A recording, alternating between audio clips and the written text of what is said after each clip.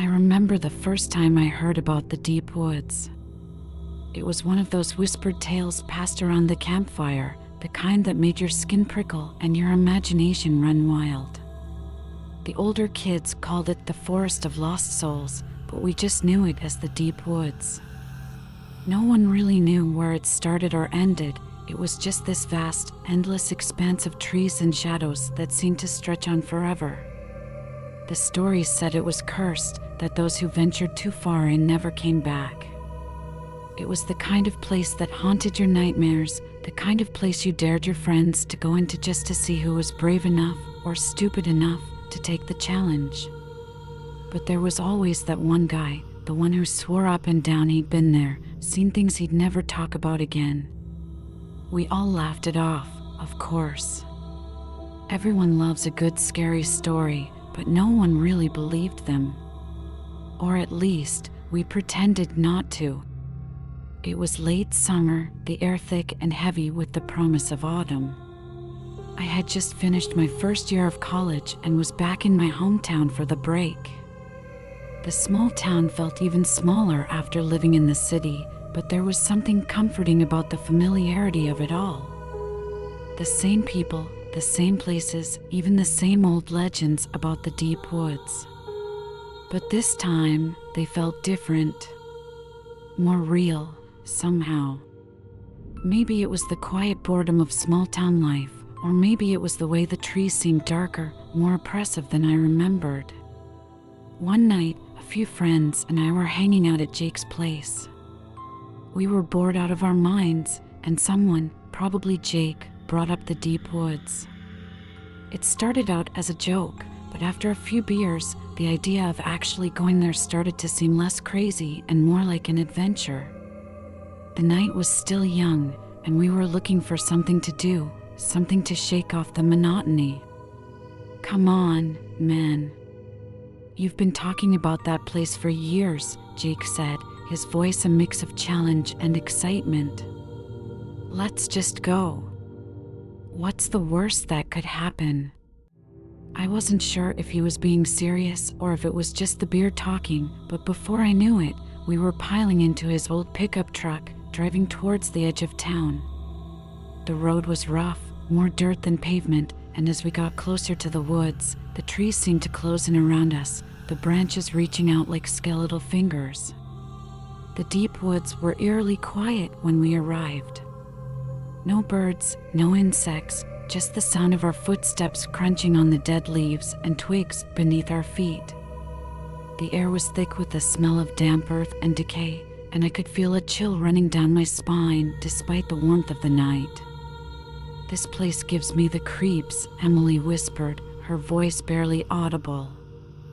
She was the only girl in our group, and I could tell she was nervous, but trying not to show it. "Don't be such a wuss," Jake teased, but there was an edge to his voice that made me think he wasn't as confident as he wanted us to believe. We walked deeper into the woods, the darkness swallowing us whole. Our flashlights cast long, flickering shadows that danced on the trees, making them seem alive. The path was narrow and overgrown, barely visible in the dim light. I wasn't even sure if it was a path anymore or if we were just wandering aimlessly into the unknown. "Hey, did you hear that?" Mike asked suddenly, stopping in his tracks. He was the quietest of the group, usually keeping to himself, but his voice was tight with fear. We all stopped and listened, but there was nothing. Just the sound of the wind rustling through the leaves. "You're just hearing things," Jake said, trying to sound confident, but there was a flicker of doubt in his eyes. We continued walking, but the tension was palpable. Every snap of a twig, every rustle of leaves made us jumpy, our nerves on edge. The deeper we went, the darker it got, and the more it felt like the woods were closing in on us. After what felt like hours, we reached a clearing. The moonlight filtered through the trees, casting an eerie glow on the ground. In the center of the clearing was an old, abandoned cabin, half hidden by overgrown vines and moss. It looked like something out of a horror movie, and for a moment I wanted to turn back, but curiosity got the better of me. "Should we check it out?" Jake asked, his voice barely a whisper. "No way," Emily said, shaking her head. "This is like the start of every horror movie ever. We go in there and we're never seen again." But Jake was already walking towards the cabin, his flashlight cutting through the darkness. I hesitated for a moment, then followed. The door was hanging off its hinges, creaking as Jake pushed it open. The inside was dark and musty, the air thick with the smell of rot and mildew. "Be careful," I warned, stepping over the threshold. The floorboards creaked under our weight, and I could see the dust swirling in the beam of my flashlight. The cabin was small, just one room with a few pieces of broken furniture scattered around. A table, a couple of chairs, and what looked like an old wood-burning stove in the corner. But it was the walls that caught my attention. They were covered in strange symbols, carved into the wood with what looked like a knife. The symbols were unlike anything I had ever seen, twisted and jagged, almost like they were moving, shifting in the dim light. "Dude, what the hell is this?" Mike asked, his voice trembling as he traced one of the symbols with his finger. "No idea," Jake said, but he didn't sound as confident as he had before. The air in the cabin felt heavy, oppressive, like it was pressing down on us. I could feel my heart pounding in my chest, a sense of dread creeping over me. There was something wrong about this place, something that made my skin crawl. "Maybe we should go," Emily said, her voice shaking. "Yeah," I agreed, but as we turned to leave, the door slammed shut behind us with a deafening bang. Hashtag scary segment. We all jumped, our flashlights swinging wildly in the darkness. My heart was racing, and I could feel the panic rising in my chest. "Who the hell did that?" Jake demanded, his voice loud in the small cabin. But no one answered. We were all staring at the door, the air thick with tension. I took a step forward, reaching for the door handle, but it wouldn't budge. It felt like it was stuck or locked from the outside. "What the hell?" I muttered, pulling harder, but it didn't move.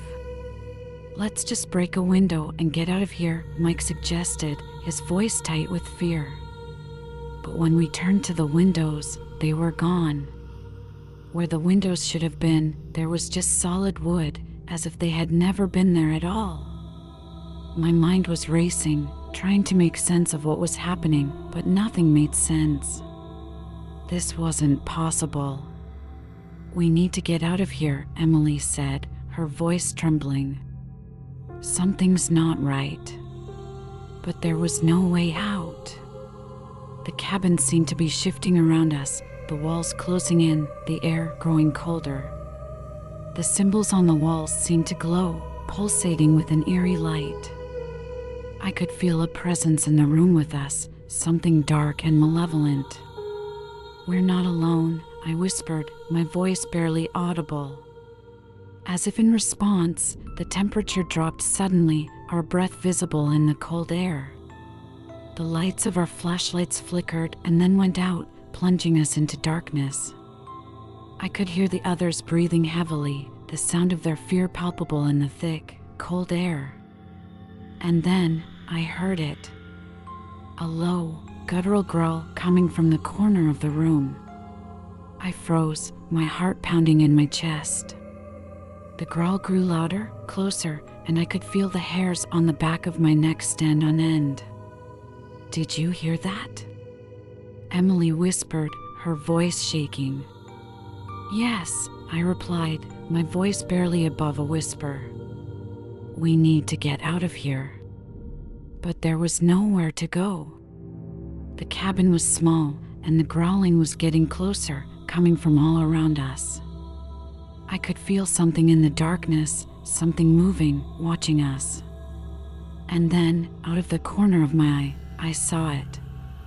A shadow, darker than the rest of the room, moving towards us. It was tall, its form twisted and unnatural, its eyes glowing with a sickly yellow light.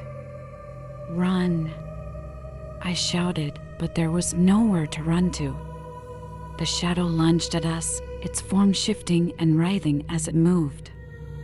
I felt a cold, clammy hand wrap around my ankle, pulling me to the ground. I kicked and struggled, but the grip was strong, unyielding. "Help me!" I screamed, but the others were already fighting their own battles, trying to fend off the shadows that seemed to come from everywhere. The cabin was alive with movement, the shadows closing in around us. I could hear the others shouting, their voices filled with terror, but I couldn't see them. The darkness was suffocating, pressing in on me from all sides. And then, as suddenly as it began, it stopped. The shadows receded, the cabin silent once more. I was lying on the floor, my body trembling with fear, but when I looked up, the others were gone. "Jake? Mike? Emily?" I called out, but there was no answer. I was alone. The cabin was empty, the symbols on the walls faded, barely visible. The door was open, the moonlight streaming in. I scrambled to my feet, my heart pounding in my chest, and ran out of the cabin into the woods. The trees were a blur as I ran, my breath coming in ragged gasps. I didn't know where I was going, I just needed to get away, to escape whatever it was that had taken my friends.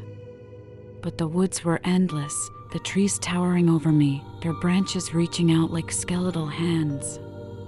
I could feel the presence of something following me, something dark and evil, but when I looked back, there was nothing there.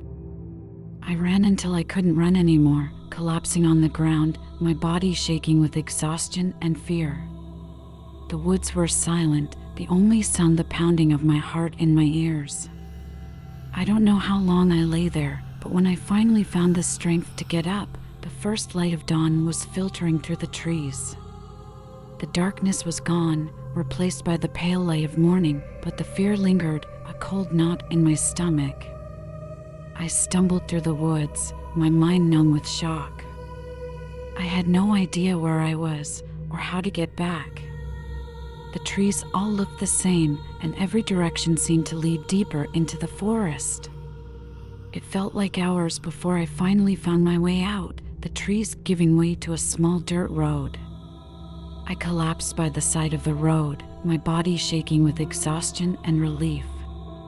I was safe. I was out. But my friends were gone.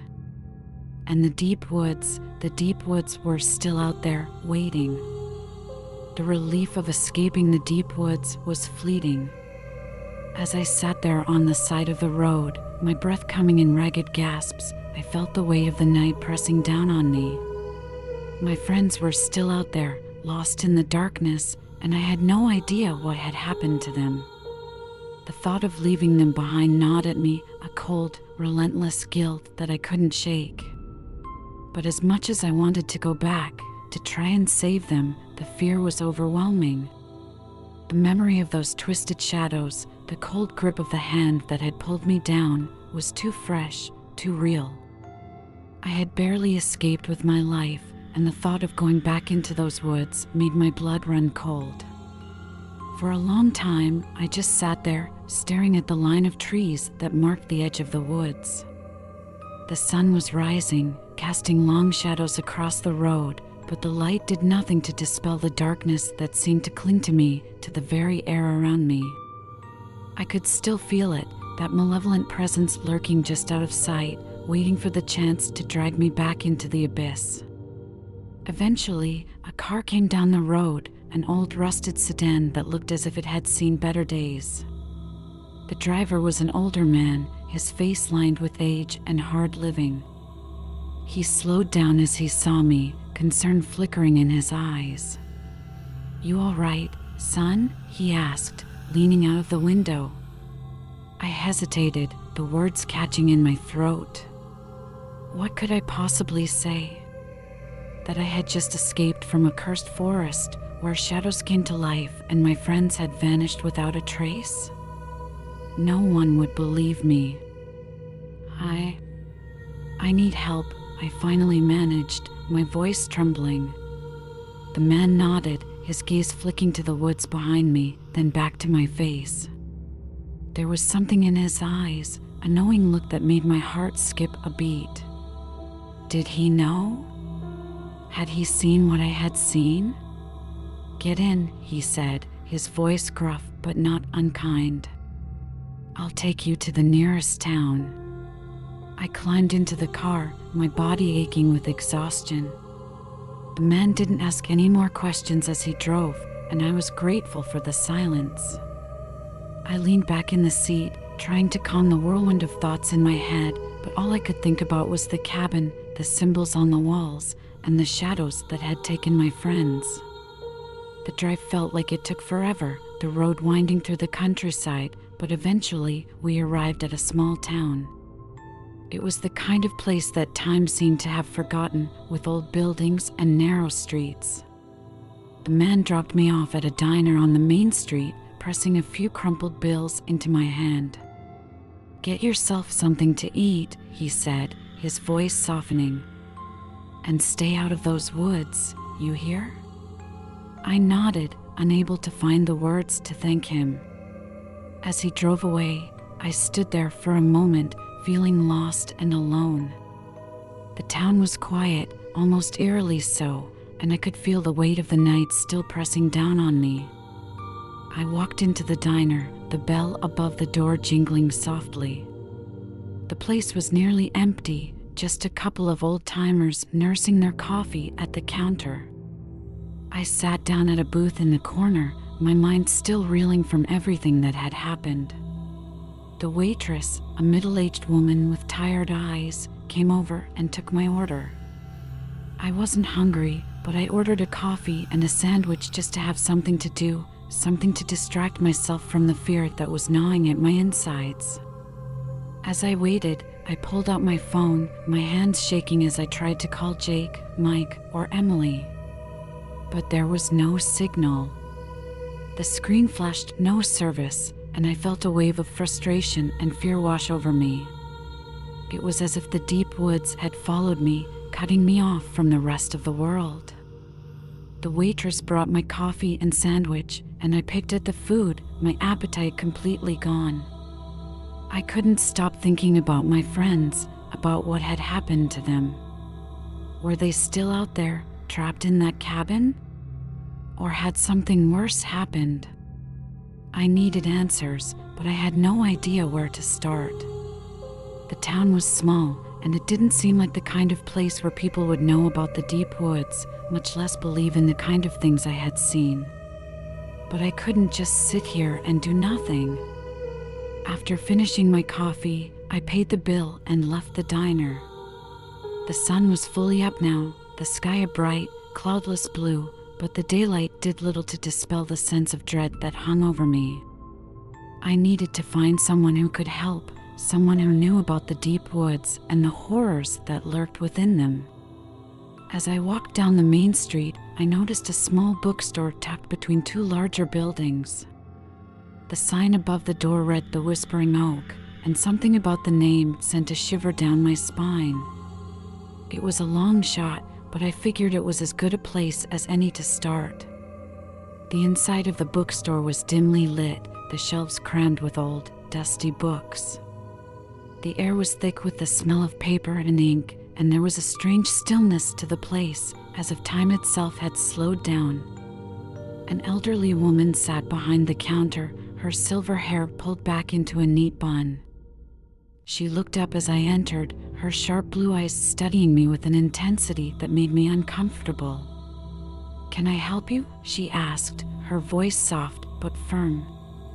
I hesitated, unsure of how to start.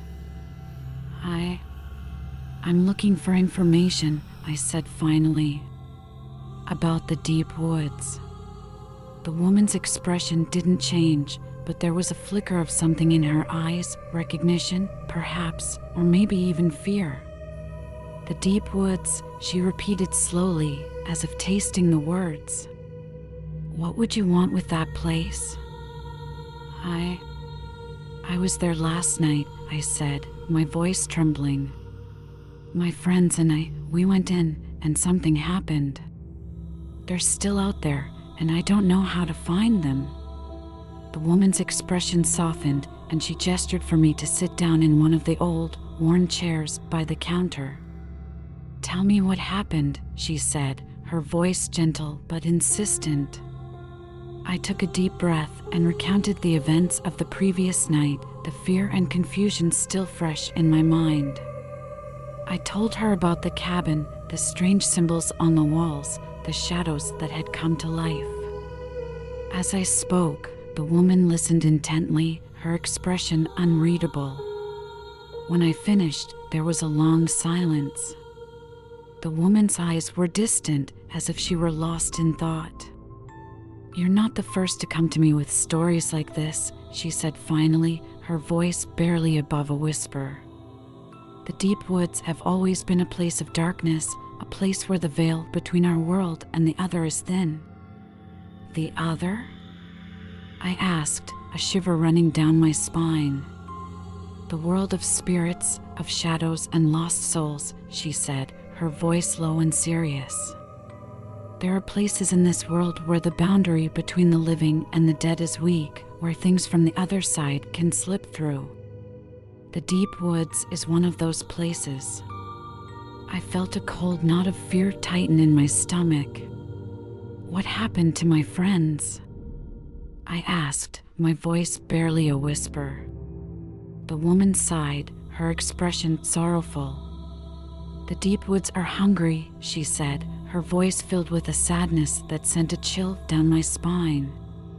It feeds on fear, on the souls of those who venture too far. Your friends, they may still be alive, but they're trapped, lost in the shadows. Is there a way to save them? I asked, desperation creeping into my voice. The woman was silent for a long moment, her eyes fixed on some distant point. There is a way, she said finally. But it's dangerous. The woods won't let them go easily. You'll have to face the darkness head on, confront the spirits that dwell there. I swallowed hard, the fear rising in my chest. What do I have to do? The woman stood up and walked over to one of the shelves, pulling down a dusty old book. She opened it to a page filled with strange symbols, similar to the ones I had seen in the cabin. These symbols, she said, pointing to the page, are words. They can protect you from the spirits, but only if you're strong enough to wield them. She handed me a piece of paper and a pen. Copy them exactly, she instructed, and carry them with you. They'll help, but they won't be enough on their own. You'll need to be strong to face the darkness without fear. I nodded, my hands trembling as I copied the symbols onto the paper. The woman watched me carefully, her eyes filled with a mixture of hope and sorrow. When you go back into the woods, she said, her voice soft but firm, you must keep your wits about you. The spirits will try to deceive you, to lure you into the darkness. Trust your instincts and remember, your friends are counting on you. I swallowed hard, my heart pounding in my chest. The thought of going back into the deep woods terrified me, but I couldn't leave my friends behind. I had to try. Thank you, I said, my voice shaking. The woman nodded, her expression grave. Be careful, she warned. The deep woods are not kind to those who seek to challenge them. With the words in hand and a heavy heart, I left the bookstore and headed back towards the woods. The sun was high in the sky now, but the light seemed weak, almost as if the darkness of the woods was sapping it away. As I approached the edge of the forest, the familiar sense of dread settled over me like a heavy blanket. The trees loomed tall and menacing, their branches twisted and gnarled, casting long shadows across the ground. The air was thick with the scent of damp earth and decay, and the silence was deafening. I paused at the edge of the woods, my heart pounding in my chest. The fear was almost overwhelming, a cold, suffocating presence that threatened to crush me. But I couldn't let it. I had to find my friends. I had to save them. With a deep breath, I stepped into the woods, the darkness closing in around me like a shroud. The path was overgrown, the trees pressing in from all sides, their branches reaching out like skeletal fingers. I could feel the presence of something watching me, something dark and malevolent, but I kept moving, the words clutched tightly in my hand. The deeper I went, the darker it became. The light of the sun barely penetrated the thick canopy of leaves, and the air grew colder, the scent of decay growing stronger. I could hear the faint whispers of the spirits, their voices like a soft, mournful wind, and I knew I was getting close. As I walked, I kept my eyes peeled for any sign of my friends, but the woods were vast, and it was easy to get lost. The trees all looked the same, their twisted forms casting long, eerie shadows across the ground. I could feel the spirits trying to pull me off the path, their whispers growing louder, more insistent, but I fought against them, focusing on the words in my hand. After what felt like hours, I reached the clearing where the cabin stood. It looked just as I remembered it, the door hanging off its hinges, the walls covered in strange symbols. But there was something different this time, something darker, more sinister. I approached the cabin cautiously, my heart pounding in my chest. The air was thick with the presence of the spirits, their whispers swirling around me like a cold wind. I could feel their eyes on me, their hatred and malice pressing down on me, but I didn't falter. I couldn't. As I reached the door, I hesitated, fear gripping me. But I knew I had to go in. My friends were inside, and they were counting on me. With a deep breath, I pushed the door open and stepped inside. The darkness was overwhelming, pressing in from all sides, but I could see the faint glow of the symbols on the walls, their light flickering like dying embers. Jake? Mike? Emily? I called out, my voice trembling. There was no answer, just the soft, mournful whispers of the spirits. But then, out of the darkness, I heard a faint sound, a low, pained moan. I followed the sound, my heart pounding in my chest. The darkness seemed to shift and move around me, the shadows twisting and writhing, but I kept moving, the words clutched tightly in my hand. As I reached the back of the cabin, I saw them, Jake, Mike, and Emily, huddled together on the floor, their faces pale and drawn. They looked up as I approached, their eyes wide with fear. "Thank God," Jake whispered, his voice hoarse. I thought we were done for. I knelt down beside them, my heart aching with relief. "We're getting out of here," I said, my voice firm. "But we have to move quickly. The spirits, they're not going to let us go easily." Mike nodded, his face pale and drawn. "I can feel them," he said, his voice trembling. "They're angry. They don't want us to leave." "We don't have a choice," I said, my voice shaking. "We need to get out of here, now." I helped them to their feet, their bodies weak and trembling from fear and exhaustion. The darkness pressed in around us, the whispers of the spirits growing louder, more insistent. But I refused to let it consume me. I had to be strong for them. As we made our way to the door, the shadows seemed to shift and move, blocking our path. The air grew colder, the whispers turning into a low, guttural growl. I could feel the malevolent presence of the spirits, their anger and hatred pressing down on us like a weight. But I refused to give in. I held up the words, the symbols glowing with a faint, flickering light. The growling grew louder, more menacing, but I kept moving, the wards held high. As we stepped out of the cabin, the growling turned into a deafening roar, the shadows closing in around us.